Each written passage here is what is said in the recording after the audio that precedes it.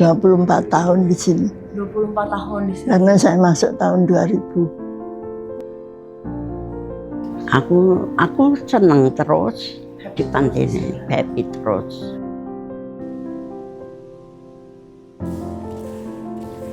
Saya masuk ke sini karena di rumah kesepian. Suami udah nggak ada, anak-anak jauh.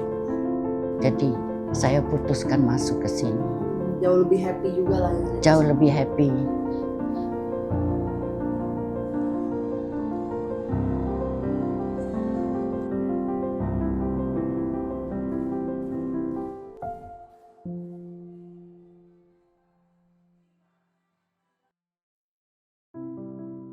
Jumlah lansia di Indonesia terus meningkat setiap tahunnya.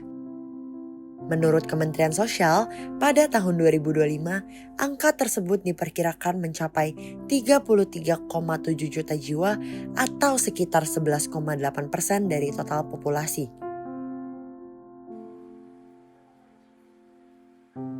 Fenomena ini menunjukkan bahwa Indonesia tengah memasuki era aging population, sebuah fase di mana keberadaan lansia menjadi bagian penting dari wajah masyarakat. Namun, di balik angka-angka itu, tersimpan kisah yang tak terhitung. Tentang orang tua yang memasuki masa senja, tentang keputusan keluarga, dan tentang tempat yang menjadi rumah kedua. Penuh kenyamanan, tapi juga menyimpan makna yang dalam.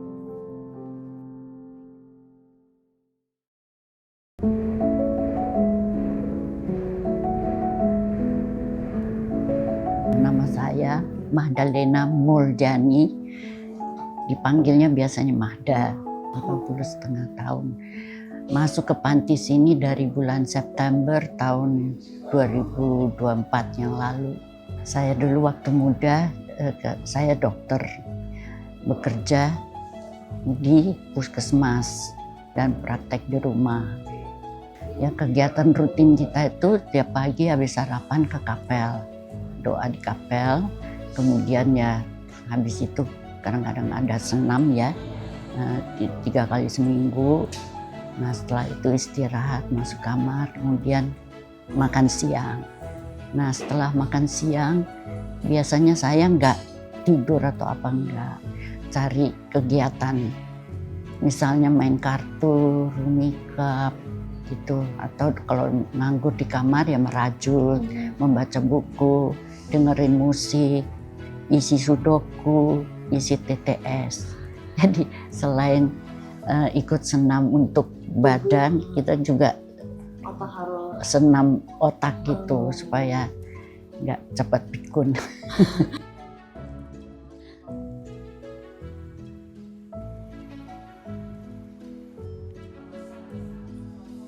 Happy karena di sini banyak teman.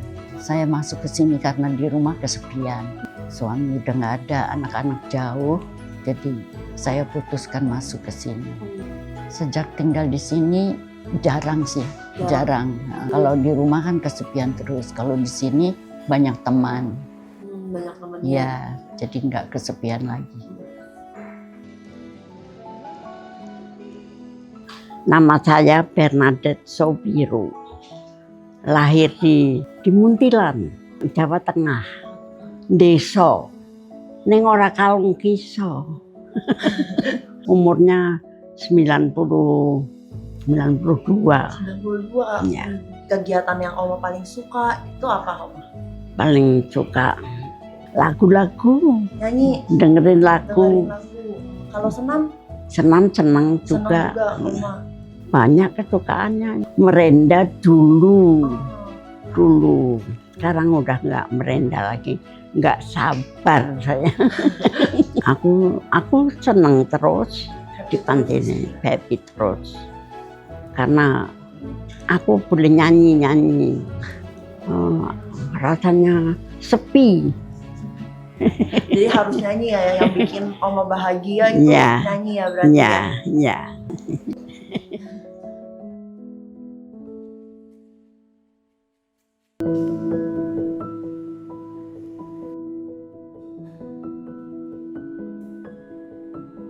Nama saya sungguhnya Christine, tapi karena banyak Christine, pakai nama Indriati 96, 24 tahun di sini. 24 tahun di sini. Karena saya masuk tahun 2000. Berarti Oma termasuk yang tertua ya di sini ya? Iya, Terlama juga. terlama juga. Sehariannya ya, Seharian. saya suka baca buku. Baca buku. Ya, banyak. Saya punya koleksi buku banyak. Termasuk kutu buku saya.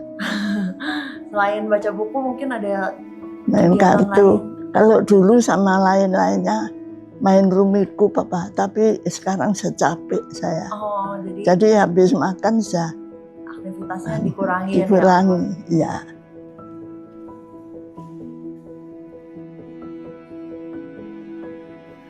Seneng karena banyak temen. Dan selain itu ya semua saya diatur ya, jadi enak. Ya paling butuh ya, yang paling penting ya harus sehat kita. Sehat ya. Iya. Kalau menurut saya paling penting cari hobi yang banyak. Cari hobi yang Ya banyak. supaya otaknya bekerja dan jaga kesehatan. Kalau bisa, kalau sakit itu dihindari. Jadi kalau diet apa-apa itu dituruti. Lebih baik menghindari sakit daripada sakit diobati, itu maksud saya.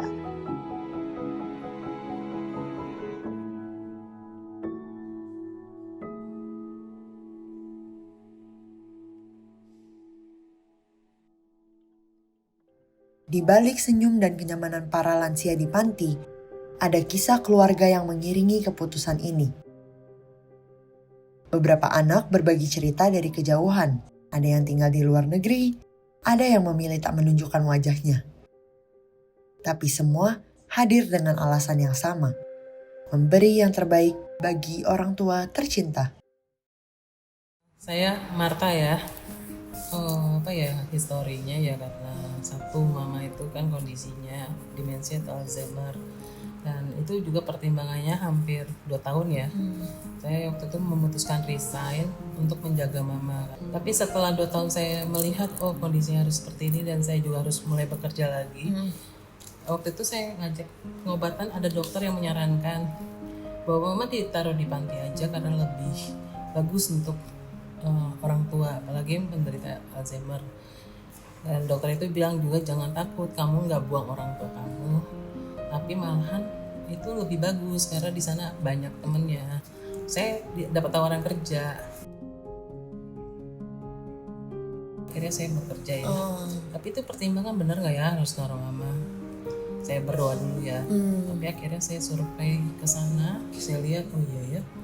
Saya tanya ke oma-oma happy gitu. Jadi banyak juga oma-oma yang kayak misalnya nggak punya keluarga, udah tua, lebih happy di sana. Dari awal pertama juga saya udah di pesan, kamu nggak ngebuang orang tua kamu kok gitu. Kalau di sana kan mama senang, ada yang temennya, nggak bosen. Nah justru kalau misalnya dia sendiri bosen kan dia malah aktif, malah karena dia kan jadi egois ya kalau Alzheimer, jadi kayak anak kecil lagi ya kan. Tapi kalau inget apa-apa. ya, kalau di sana kan dia bisa ke temennya sana sini gitu, jadi lebih bersosialisasi menurut saya. Kecuali kita taruh mama kita, terus kita nggak pernah ngunjungin, nah itu namanya kan yang perasaan orang tua itu kayak dibuangnya seperti itu. Tapi kita nggak kan, setiap bulan kan pasti dia kita ajak kontrol buat obat gitu. Karena harus dari keluarga ya ambil obatnya. Hanya berdoa sama Tuhan ya, di usia dia yang udah 80 ini dia makin sehat, bahagia gitu loh, bahagia dengan hidup dia. Jadi saya sih sebenarnya seneng gak seneng di Alzheimer karena dia udah nggak memikirkan hal yang negatif lagi, dia enjoy aja hidupnya di sana, dia senang gitu loh. Itu aja sih, bahagia, sehat, jangan sampai cacat atau segala macam gitu. Halo Sisa, saya Lurendri. Itu jadi mertua aku ya, dua-duanya yang laki dan perempuan. 2 tahun lalu pertama yang perempuan jatuh dan 2 sendi tulang belakangnya patah. Dia dirawat di rumah sakit, kemudian 2 hari kemudian ada diagnosa dia mengidap Alzheimer. Dan sementara itu papa mertua aku tinggal sendiri di rumah. Yang perempuan umurnya waktu itu 87, yang lelaki 90. Jadi memang sudah tua. Dan setelah itu yang sendinya sembuh, tapi karena mengidap Alzheimer, mama mertua aku nggak bisa balik ke rumah.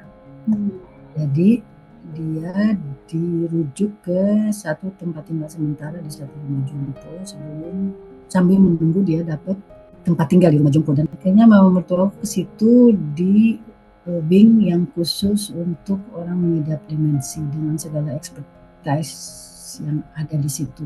2 minggu kemudian mertuaku yang laki dapat kamar di situ juga. Kami anak-anaknya itu relief ya, lega, karena kami nggak ada rasa bersalah sama sekali. Mereka akhirnya pindah ke situ, malah kami lega karena kami sadar kami nggak bisa merawat mereka gitu. Dan setelah akhirnya pindah dan apartemen itu kami jual, itu agak emosional sih, karena kita beresin barang-barang mereka tanpa ada mereka gitu. Jadi kita memutuskan sendiri, oh ini foto ini buat siapa, begini. Itu antara sedih kayak bittersweet, tapi antara senang, oke lah mereka sekarang in good hands. Akhirnya ya pindah ke situ. Pertama papa mertuaku tuh nggak begitu suka, nggak betah. Ya so far sih betah dan kita senang, dan dia kayaknya senang. Asinnya tuh bisa nge-twist sampai meyakinkan bahwa ini hal yang terbaik untuk mereka gitu. Kayak kita lepas tangan gitu. Kalau malam-malam mereka ada apa-apa, kita kan nggak bisa handle. Coba datang berkunjung ke rumah jompo itu, walk in aja untuk lihat seharinya gimana. Nggak benar atau care-nya tuh jelek, ada. Tapi kan selalu di mana-mana ada rotten apples ya. Cuma jangan itu jadi argumen untuk mempertahankan bias bahwa panti jompo itu jelek atau kita sebagai anak tuh durhaka ke orang tua. Padahal menurut aku pribadi ya, aku bicara dengan kondisi di Belanda ya, dengan waktu itu aku dan keluarga ipar memutuskan mertua untuk tinggal di rumah jompo, itu justru tandanya kita care karena mereka dapat pelayanan dan kenyamanan yang kita nggak bisa offer mereka gitu. Aku juga tahu kakak ini 5 marketing communication di 5 panti jompo di Belanda ya. Nah, menurut kakak sendiri panti jompo yang ideal itu seperti apa? Yang inovatif, ada expertise-nya, warm karena penyedia jasa untuk orang. Keluarga penghuni itu biasanya emosional ya, apalagi penghuni baru. Coba pengertian, jangan paksain juga. Kalau orang tuanya nggak mau ya nggak usah. Tapi kalau orang tuanya mau, kamunya sendiri keberatan, jangan egois untuk mikirin diri kamu, tapi pikirin si lansia tersebut. Ya, gitulah kira-kira.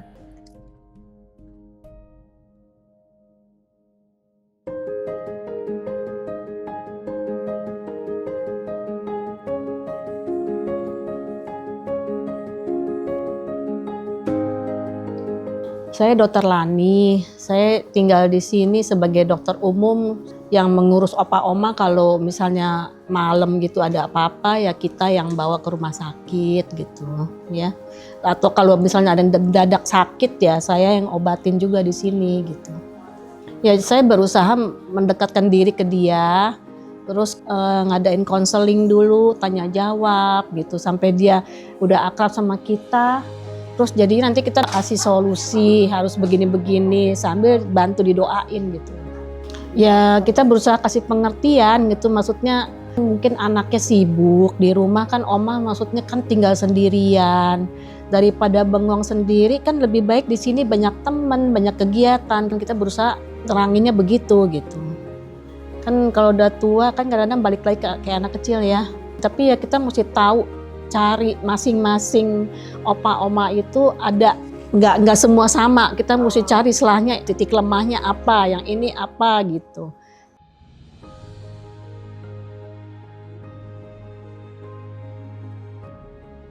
Nama saya Hana Kristina Uranus. Saya kebetulan seorang psikolog yang berpraktik nih di Indo Psycare. Saya juga aktif mengajar di Universitas Tarumanagara Fakultas Psikologi. Jadi mungkin stigmanya masih negatif ya kalau tentang panti jompo ya. Sementara di budaya Indonesia sangat menjunjung tinggi hormat orang tua, mungkin kayak balas budi gitu ya, hormat. Nah, dan ini biasanya diasosiasikan dengan di rumah, kayak perawatan di rumah. Sementara kalau orang tua diberikan ke panti jompo, asosiasinya tuh lebih kayak ditelantarkan gitu ya, dibuang.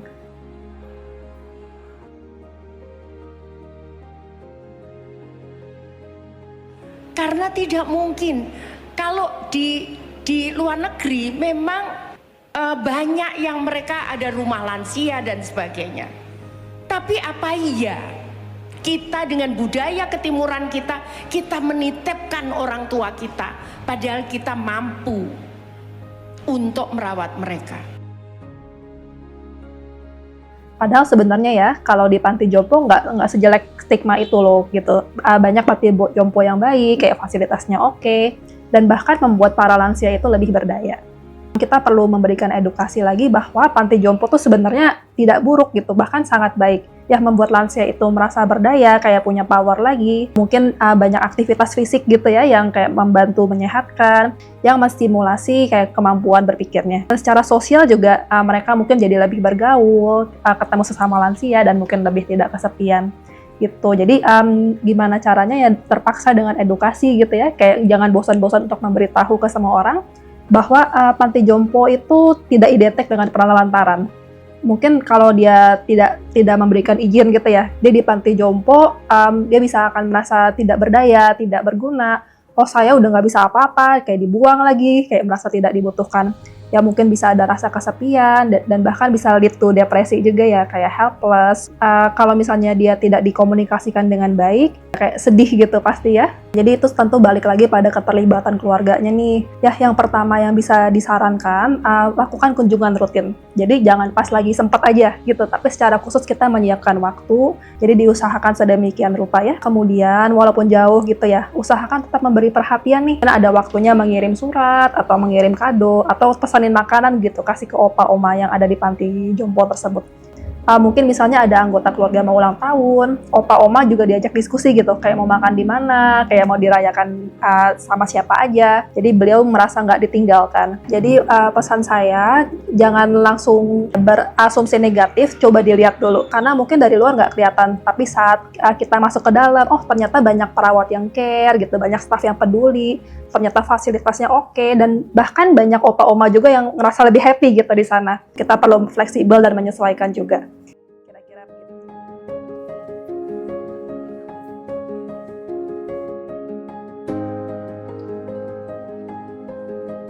Di balik usia senja, mereka akhirnya menemukan rumah.